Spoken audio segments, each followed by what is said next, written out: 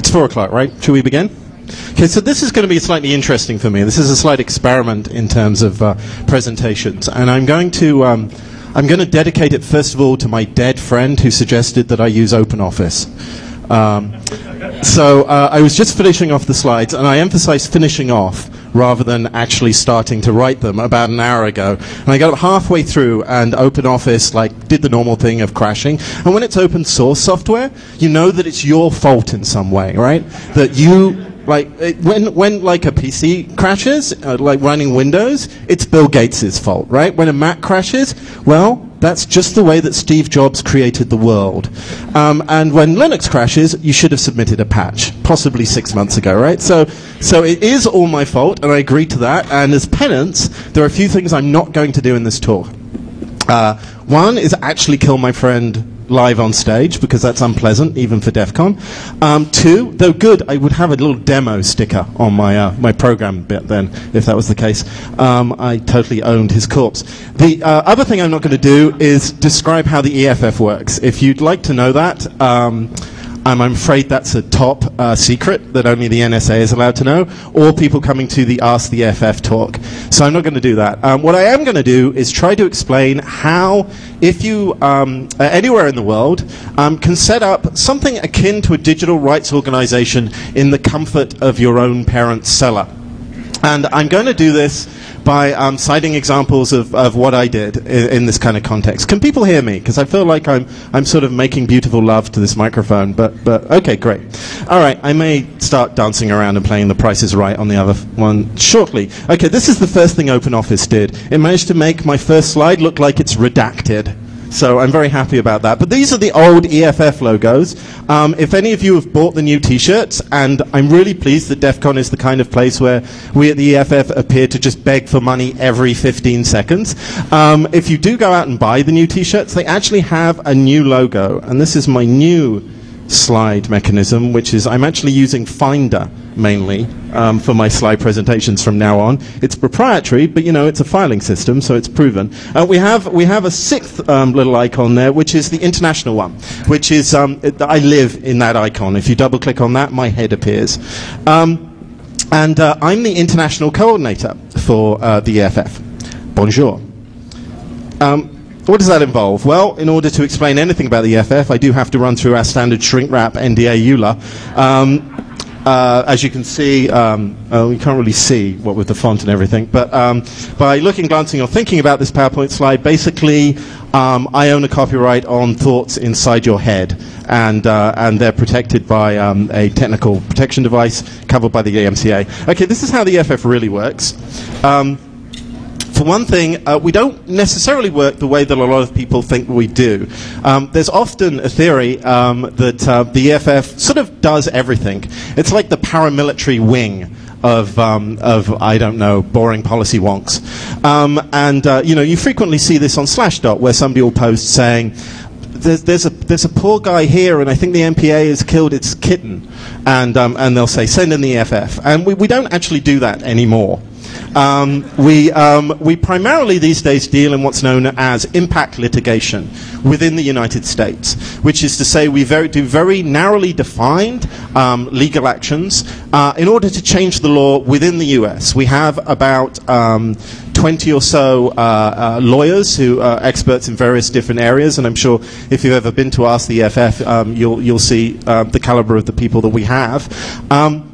And what we try to do is exact change from within the system rather than the paramilitary kind of coup kind of plan. We leave that to people in Washington. What that tends to mean as a consequence is that, strangely enough, we've been drawn more and more into the international arena. Now, why is that? Well, there's a small feature of the global information system that's known as policy laundering, which is basically if Congress doesn't give you what you want, you go away for a bit and then you come back into Washington and say, yeah, but Dad said it was okay. Where Dad in this context is, for instance, WIPO, the World Intellectual Property Organization, or possibly the EU. And the biggest example of this is something that we all have close to our hearts, which is the DMCA. The DMCA was actually proposed as as a bill in Congress in around about 1996. It was called the National Information Infrastructure Copyright Protection Act, and it was an attempt to head the internet off at the pass by copyright holders. It was pretty much laughed out of Congress. It fell at the first hurdle. So the rights holders organizations sort of scurried around the back of Congress, went to WIPO, got the US and many other countries to sign a treaty that basically held pretty much all of the content of that bill, and then came back to Congress and said, well, we have to implement this because of our global obligations. So this is the policy laundering procedure. So what the EFF realized we had to do at that point was to make a little canoe and set off to Geneva, a landlocked country, and start speaking there. Now, again, I'll leap into Finder here to show you what that kind of thing looks like. Places like Geneva and WIPO and the United N. The United N, that's like a nice rap name for the United Nations, have are generally, stuff shirts, right? And we go in and we have a sort of geek sensibility. This was the T-shirt that our first representative to WIPO gave. This is the T-shirt that Cory Doctorow designed. And if you've ever met Cory, the idea of him walking into a standards making meeting, wearing his goggles and his balloon and cloak, is quite something to behold. And he did very well, along with the international lawyer, at bringing to force in these areas. Basically, anybody who has a stake in the area of digital rights whose name doesn't end in AA. This was really the first time that anybody who wasn't an established rights holder or lobbying group had made their presence felt. I mean, we weren't the first in these groups, but we were certainly one of the leading sort of edge of new organizations. So who do we work with in these areas? Oh, secret money stuff, cool. Very, very independent. So this is our secret internal structure, just so I can reveal that to you. It used to do, you see, on PowerPoint, I had this great Eye in the Pyramid logo that would sinisterly appear there. I guess it's not open source enough. So this is our secret triangle of love. We have the legal section, which is the lawyers. We have the illegal section, which is people like me, who IANAL.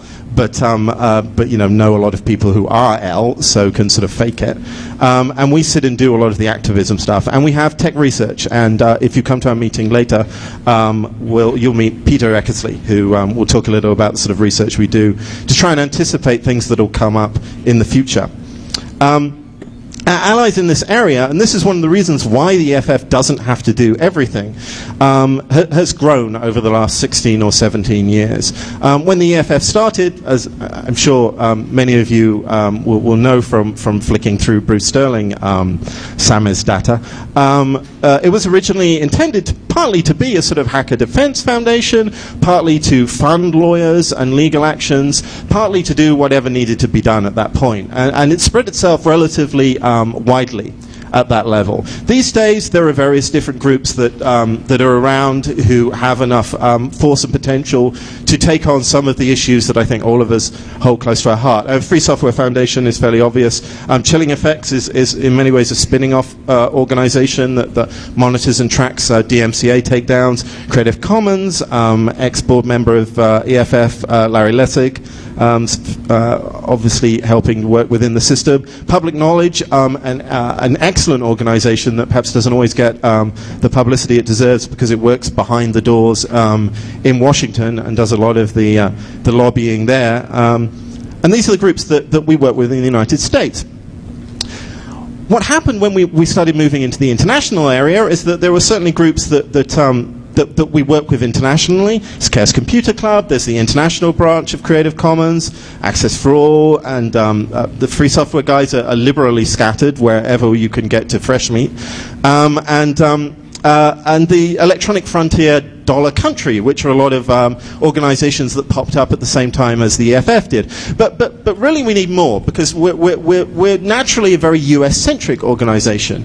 And that kind of works well for Americans, but it's less useful when you're trying to head off at the past the same kind of policy laundering that went on in the United States and still goes on in other countries. There are also a number of real advantages to basing your organization in other countries. Tax havens, they're useful, and sea land, that would probably be a good place to start the paramilitary movement. But also, and this is actually true, that as opposed to everything else I've said, that if you're working within relatively small countries that are unused to the kind of powerful mega lobbying that goes on in the United States, and I'm not going to use the word doomed with the United States in the same sentence, but if you're from another country, you can kind of smell it. Other countries often have a much easier pathway to achieving change, particularly, for instance, the Eastern European countries, where we've had a number of occasions where their eagerness to sort of short-circuit and leapfrog the sort of cruft and vested interests that exist in somewhere like America has led them to be very open to the idea of copyright reform, to liberal policies towards reverse engineering and security analysis, and it's relatively easy compared to the kind of force that we have to try and achieve to get an ear of someone in government. And in Russia, you can do a lot if you can get their ear.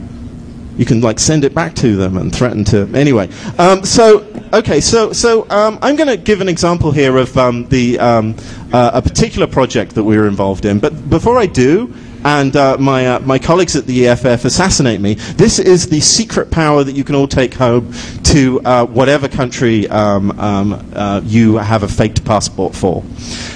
This is the EFF's real secret power. I kind of learned this in about a month of working there. Again, in PowerPoint, this would be done with a really clever reveal, possibly one of the ones that does a springy piano number and kind of drizzles in like snowflakes. But the punchline just kind of appears in open source. There's no hiding secrets here. There's no security by obscurity. So the three things here is that they do have a phone at the EFF. Thank you for your donations. Cheers. And there is someone, Richard, if you ever try and call us, who turns up to answer that phone. Richard Iscara, the most powerful person at the EFF. And he is, although he claims not to be, paid to answer that phone. What does this mean? This means that whenever anybody in the continental United States who works in journalism has no freaking clue how the internet, computers, or his shift button works, they call us. And they'll say things like, well, so I've just had this press release from the security company, and they say that there are hackers out there who have, I don't know, devised a virus that can make people's penises fall off, or grow if they haven't got one. Can that be done with Ruby on Rails? And we can sit there and say, well, you can speak to this guy, he's a Ruby on Rails expert, and he'll tell you in a straight face whether that is true or not. And so we act as a sort of clearinghouse for idiots. No, we act as a clearinghouse for the media. Sorry. Skip my notes slightly. And this is actually an incredibly important role that organizations like the EFF have taken for a very long time. And it's basically the core use that any organization that you're going to start somewhere else is there to take. And these are the three things you need. Now, the important one on that list, how am I doing for time? Good. Is the word paid, right? And this is problematic because well, let's put it this way. There are a lot of advantages to not being paid in the world of hacking, open source development, and hacking in the sort of widest term, and sort of forming intentional communities online. If anybody's ever been involved in those sort of projects, you know that money is frequently kryptonite to volunteer-run projects, right? That as soon as money gets involved, then everybody starts getting very tense. Somebody spends it all on blow, or begins to argue about how much people should be paid, or actually, just sort of abstracting away the sort of social niceties of dealing with money, the other problem is it just imposes incredible transactional costs, ironically, to running an organization. Because suddenly somebody has to look after the money, suddenly you have a really unfortunate relationship with the volunteers and the people you're working with. I mean, you can sort of imagine that supposing Linux had begun, but somebody was like paying Linus like $5 a bug fix right at the beginning, and everybody else would be kind of like, I don't really want to get involved. And then you also lose the ability that organizations or sort of semi-official organizations have in the hinterland that most of us get involved in, of being able to fairly seamlessly move from organization to organization, or reform, or change your roles. So, and you can see this from open source projects, you can see this from single event websites, you can see this in hacker groups, right? That there's a bond of commitment about working on a particular project. If money gets involved, that can be problematic, but also, more importantly, if money isn't involved, then you can kind of go, well, I'm pretty much bored of this, I think I'll move on to something like this, something else, and it's not acrimonious, and it's not as problematic. The advantages, though, of money are A, the blow, and B, a whole bunch of things basically around institutional continuity, right? So, I mean, I've run activism campaigns, and a lot of other people, you know, basically all you have to do is get a domain name and say, you know, a Perl script that allows you to sign a petition, and you're pretty much a force to be reckoned with on the internet. You are the new move on, right? So, and none of that really requires much resources. But what it does mean is once that event has finished, once that kind of, we now have to stop them in the next 24 hours, there's nothing holding that group together, and very often they sort of dissipate, and if you go back to those domains within a year, the people aren't involved, the mailing list is dead, there's no center to that, there's no reason for those people to remain committed. So what became apparent was that it's very useful to have at least one person in a country having some money. Having some money, sitting at a desk, answering a phone. Everybody else can carry on pretty much as they are already, because one of the jobs of that person is to sit there and know who is doing what at that particular time. So that if somebody calls up and asks about Ruby, you can direct them to the Ruby. If somebody asks and says, okay, is this Bluetooth hacking story legitimate, you can pass them to you know, AL Digital or whoever you have on your little list. And the other thing you can do in that kind of context, if you have somebody sitting there answering the phone, is they're also the first stop point for reaction.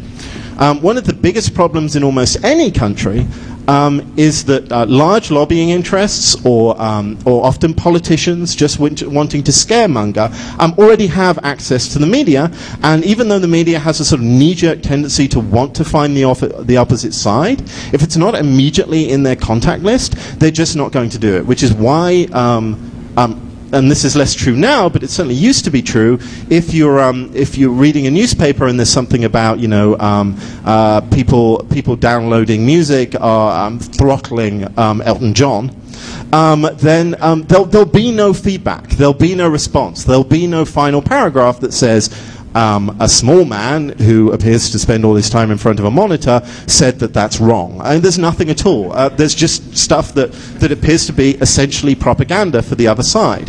Now, if those people have a phone number and then they can call, or they just get a press release on their computer within seconds of somebody standing up and saying that kind of thing, then they feel more comfortable about presenting these things in a separate story, a sort of more of a he said, she said kind of scenario.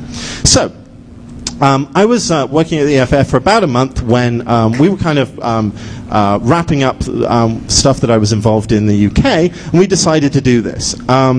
It wasn't an EFF project so much as people who involved in stuff within the UK deciding to do something for themselves, and I came and said, look, I think this is probably what you want to do. And we hatched a plan, and this is the website, if you're going to hatch a similar plan, that you should probably look into. This is Pagebank. which is a little project done by man here, Tom Steinberg, which was started in the UK but actually works internationally. If you can see at the top, this is the Canadian version, and you can choose any country that you want. They actually built a very interesting kind of geo-data system that can, it's effectively a sort of open source gazetteer that lets you pick out different towns, and it will know which country that town is in, and you start your own pledge.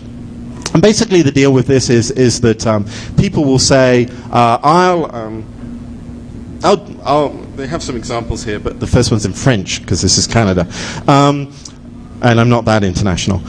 So you say, I will decide to neuter my cat, but only if 100 other people neuter their cats too. So it's a way of sort of building up some kind of rampant cat neutering organization, or in our case, digital rights. And this is the campaign that we did. Oops. Right, I will create a standing order, which is the British for a regular cheque payment of £5 per month, which is, I think, about $500, to support an organisation that will campaign for digital rights in the UK, but only if 1,000 people will do the same. So the plot here was this, that we felt that if we could get together a budget of around about 1,000 times by 5, you do the math, per month, we would have a stable income in order to have that person sitting at a phone. And this is something that's relatively easy to set up. It doesn't trigger until there is enough support within your country. I mean, again, depending on the size and the existing community networks that you have, then those numbers are going to be very different. Ironically, the funny story about this is that because you don't really want to walk in to an existing community and say, hey everybody, give me some money, we sort of were quite sly about it. We had a sort of meeting that said, hey, I wonder why there isn't some sort of digital rights organization in the United Kingdom. I wonder why that is. Panel guest number 1, why do you think that? Do you think it's under the table? Wonder where it is. Until eventually the audience got so annoyed that they went, well, why don't we just do one? Why don't we just like pay some money and do it? And we then this is absolutely true, and I don't think I've ever told anyone this, that beforehand we went, okay, so what we'll do is somebody will say in the audience, let's do this. And then one of us say, well, how about a tenner a month? That's a really good idea. And then we'll put it up on Pagebank, and then we'll get the money, and we'll have everything to do. And then somebody stood up perfectly on cue that somebody wasn't involved in this evil global hacker conspiracy and said, I know, why don't we collect some money every month? And we went, yeah, that's a really good idea. And he went, how about £5 a month? And we all went, no, that's like half the amount that we'd budgeted for. And everyone's going, yes, 1,000 people, £5 a month. That's a brilliant idea. And we're frantically sitting there going, I'm afraid somebody's not gonna get their blow out of this. It was me. So that's what happened. And actually, surprisingly, you know, most people feel that they can budget that kind of thing when there's no previous access to the media, no previous presentation of what they do in their life and what they think are important, apart from the occasional picture of a man in a silhouette with like hexadecimal digits being projected onto his glasses, and no real involvement in the political process. Okay, so this was 2 years ago, and I want to just quickly go on and show you exactly what happens if you decide to do one of these things. Yeah, I got enough time. The first thing you notice is that you're very scared, particularly if there's only enough money to pay one particular person. You really ideally, and we were very lucky in having someone in Sue Sharman who was very accomplished and was just temporarily you know, had some spare time. She was doing freelance writing work, and she felt, yes, I can take this on board. But if you're a single person sort of sitting at a desk waiting for the phone to ring, that can be quite terrifying. And as I'll sort of go on to explain later, one of the things you really have to do is to make sure that there's a support network for whatever mug, I mean, powerful individual, that you're going to actually take this money and sacrifice a big core of their life. But I mean, there is precedent for doing this.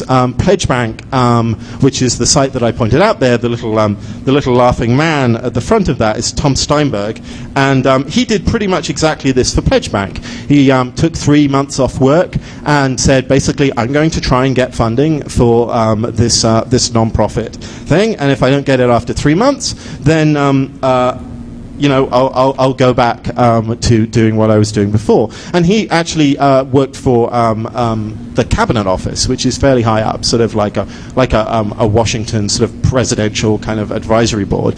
But he felt that it was important to do something like this, and he managed to get the money. And you can do this kind of thing by doing these conditional. Well, we'll take 1,000 people, and once we have that money, we'll go ahead and do it. And those people at least have the stability to know that they have that money going along.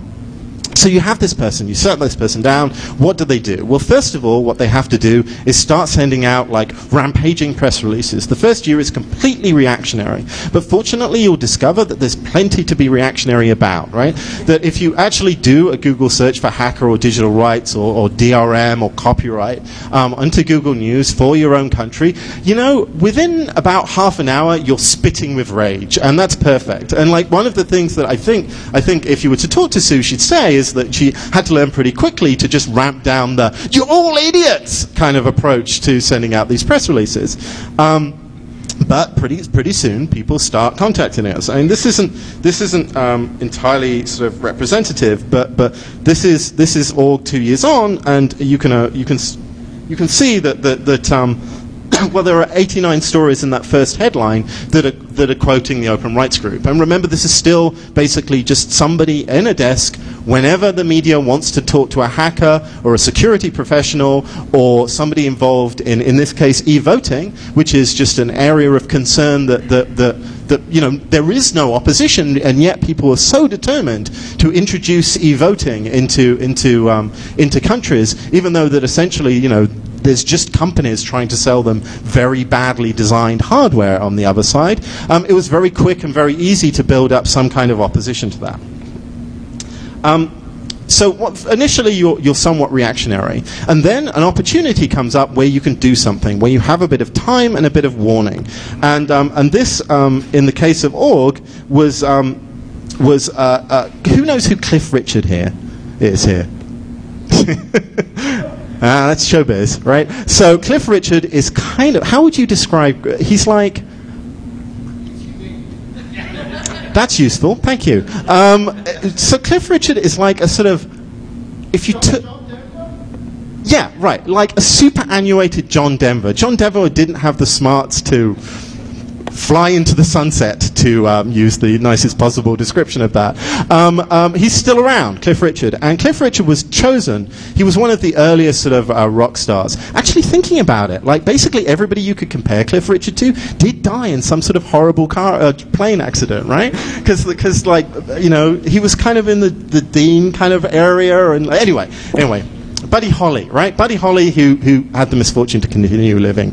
Anyway, he wants his pension now, and the way he wanted the pension is by extending copyright on all records. Now, he's already incredibly rich and sort of known for that, right? And he's already, he's not the greatest person to put on the TV going, please just extend copyright another 120 years, because he's about 150 already. But this was what the music industry were really sincere in doing, and the reason why was because of this policy laundering effect. And this is literally true what happened. The reason why copyright was extended in the United States was because everybody in the United States said, oh, Europe extended their copyright to 70 plus lives, so we have to extend ours. So US extended copyright a certain amount, and then the music industry went to Europe and went, well, they've extended it, but they've extended a bit more than you extended it. So can you extend it? And like basically, this was going to go on until Larry Lessig exploded. So So this became the campaign that the Open Rights Group picked upon initially. And they got together some really, really good examples of people. They got the drummer from Blur, who looks younger than Cliff Richard and is smart. They got various sort of economic analysis to show what effect this would have. And they presented the technical side of this. And it got the response that this was the first time the government published a report. It was the first time ever that a government has turned down a request for copyright extension. Now, copyright extension is kind of on the fringes of what we might describe as the global hacker conspiracy, right? But some things that are more central to these things, like electronic voting, like digital rights management. One of the most interesting effects we had was getting a paper written to the BBC to explain to them why DRM was doomed, written by Alan Cox, who is the second in command of the Linux kernel. And the press loves this, right? Because Alan Cox, looks like a hacker, right? He's like the Alan Moore of technicality, right? They look exactly the same. They have strange ethnic accents. They have the same beard and the same Christian name. Yes, so they're probably the same person thinking about it. But writing this report and getting that kind of coverage and introducing the media to people that they can put into their pocket as, he's the Welsh Bill Gates, enables them to make a story, and that enacts policy change, and it also changes the presentation of people who are usually stereotyped in a very bad way in the media, that has an incredible knock-on effect into getting people into the corridors of power. If you think the presentation of hackers in the media is bad, the idea of actually being able to walk into Congress without the sergeant of arms holding you down, or without you having to do the standard presentation of I am the Paul Revere of hacking, but I'm not like that anymore, and this is what you should do. But actually have behind-the-scenes consultation where people come to you and say, "Listen, we're thinking about rolling out this form of technology. How will this affect your freedoms?" Which does genuinely happen now, and the Open Rights Group does get that kind of potential to happen, and so does the EFF. Obviously, we get consulted about laws which wouldn't normally have happened before, and in places like an Eastern European country that temporarily slips my mind, but actually managed to get pretty much liberal copyright provisions into the constitution of the country, right? Simply by being around at the right time and having that kind of expertise. So let me kind of. This is interesting because this is the point where the PowerPoint crashed. So I will have to sort of liberally invent this kind of thing now. Oh, okay. So so this is the sort of end result of what you get here. This is. Can you see that? You can't really see this. This is the parliamentary record for the United Kingdom, and this is actually a mention of the Open Rights Group in a parliamentary question, which, if you've ever been stuck with CPAN, you'll realise is basically, I don't know, like being stars in your eyes, or American Idol for ugly politicians. And this was the mention of the Open Rights Group, and the Open Rights Group is now invited to Parliament, and it's still, one person sitting there. It's still the people that she's consulting with, the people like Ben Laurie, who is on our board, and Alan Cox, as I say, Richard Clayton, security professionals, well-known people within the British sort of security industry and academic community, who are now actually invited to discuss these matters with policymakers. Although I have to say, Richard Clayton was doing a good job doing that before. So let's just run through sort of basically my tips if you want to do this in your own country, right? Okay, first of all, it's very important, I hope. I don't know who this is more insulting to for the Open Rights Group, the advisory board or the real board. Okay, so for the advisory board, what you want is incredibly outspoken people who feel that they've got some commitment and involvement in what you're doing, and you can go there and they'll go on TV and they'll speak to people and they'll make controversial statements, but they can back it up with technical expertise. You want really boring people to be the people that you go and talk to on a daily basis and say, I don't think we can afford the blow anymore. Maybe maybe the blow is for the advisory. Anyway, okay, so so that's the first one. Okay. Secondly, it's very tempting to make this your first project, right? And don't. You know, I think the sort of hacker sort of larval cycle is that, you know, when you really just begin to feel your oats, as it were, and so you're 17 going on to 24, you really want to get involved in this kind of project, and you're terribly committed to it. This is not a good first project, because if you make a mistake, it's very public, and you really also, because of the money thing, people are very cautious about dealing with people who don't have a track record, and it's really good to sort of build up your name in the community. A lot of the people that originally came to the Open Rights Group were already fairly substantial people within communities running conferences in the UK, and this seems to be generally true. You know, the EFF emerged from the well. You have groups like the Hacker Foundation emerging from DEFCON. It's really good to have a pre-existing community that you can draw those initial donators to, and who will appreciate someone sitting there beside them doing this kind of legwork.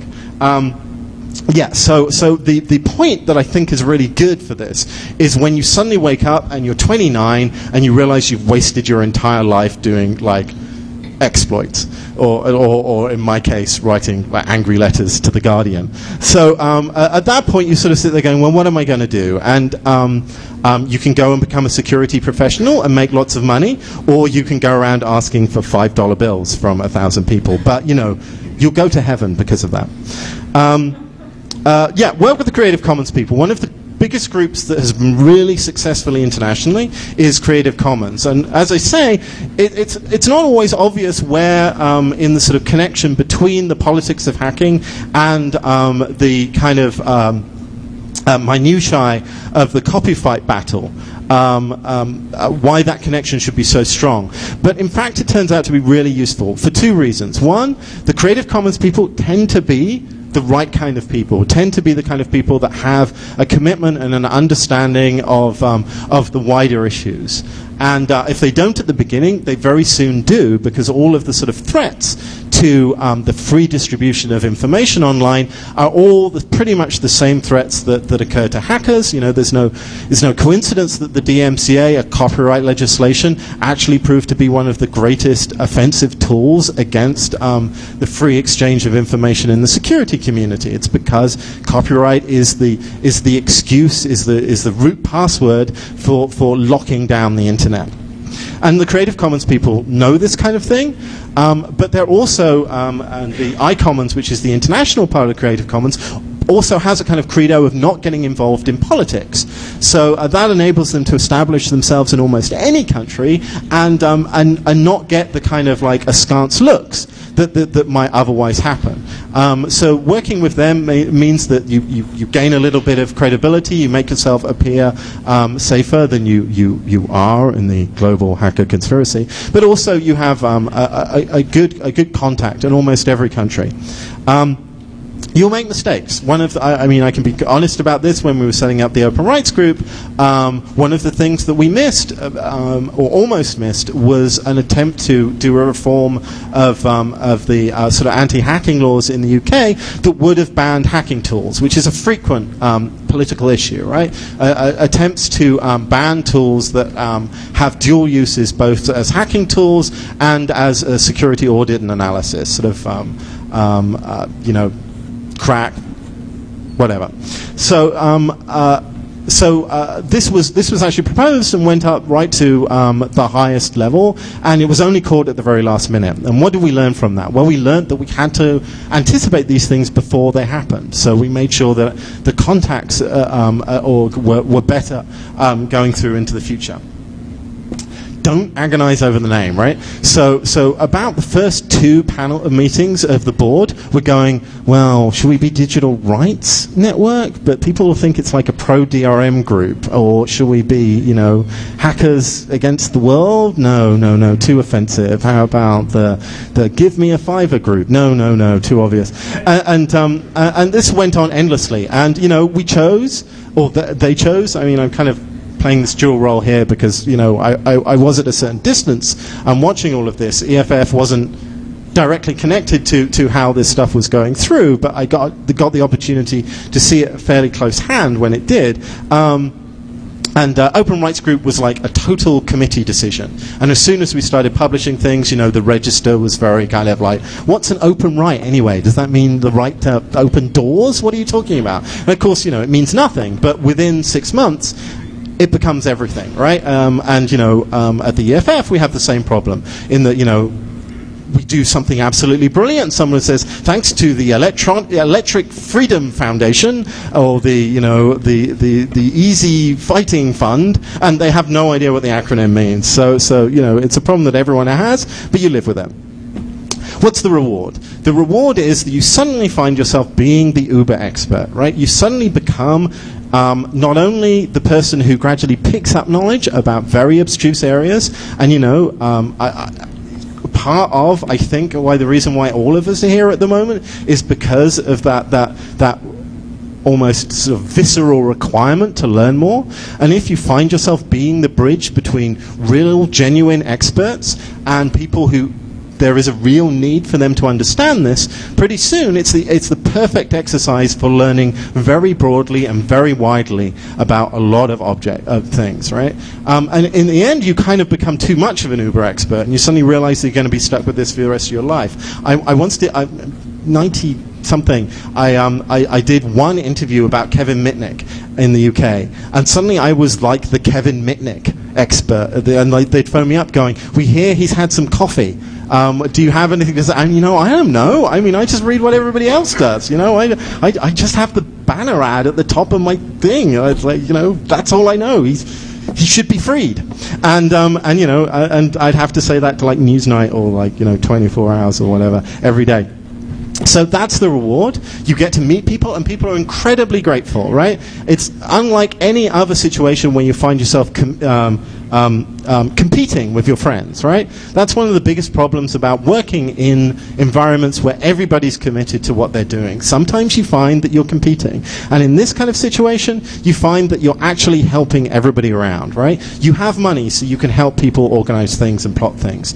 When people call, you can put them in contact with the people that they should know. And that doesn't necessarily just mean that you're putting them in contact with foolish media folk. Eventually people will call saying, listen, I have this cool project and I really need to find somebody else that would know this, how to do this. Do you know anybody like this?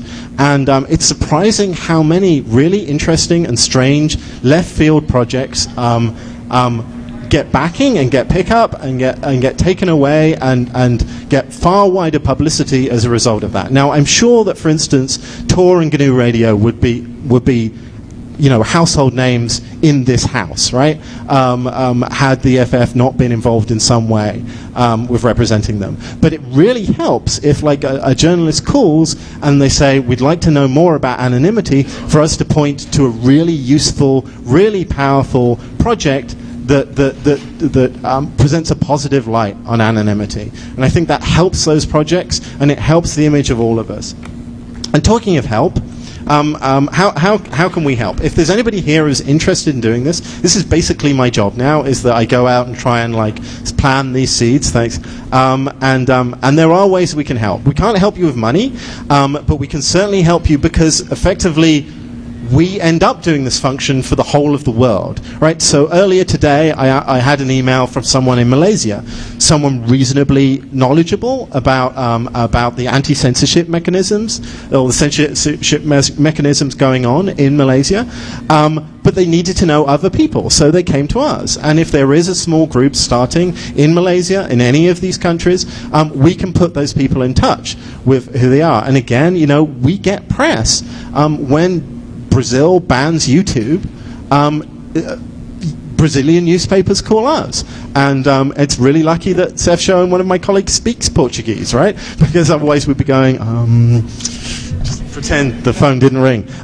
So we can act as a larger conduit. So if you are interested in doing this, definitely come to talk to us. And in return, all we ask is that if you have that other £5 that you didn't donate to your fledgling country, of course donate it to us. And I told you that we managed to put in a donation plea every couple of minutes. So that's pretty much it. If you are interested, if there's anybody here from Britain, I have free overrides cards, which you can share amongst yourselves. I have plenty of information. I probably won't be around that much in the Q&A section because the way that the international world works, I have to do a conference call on a really strange time zone. But I'll definitely be around after the EFF panel, and if you have any questions, I'll be glad to answer them there. So thank you very much.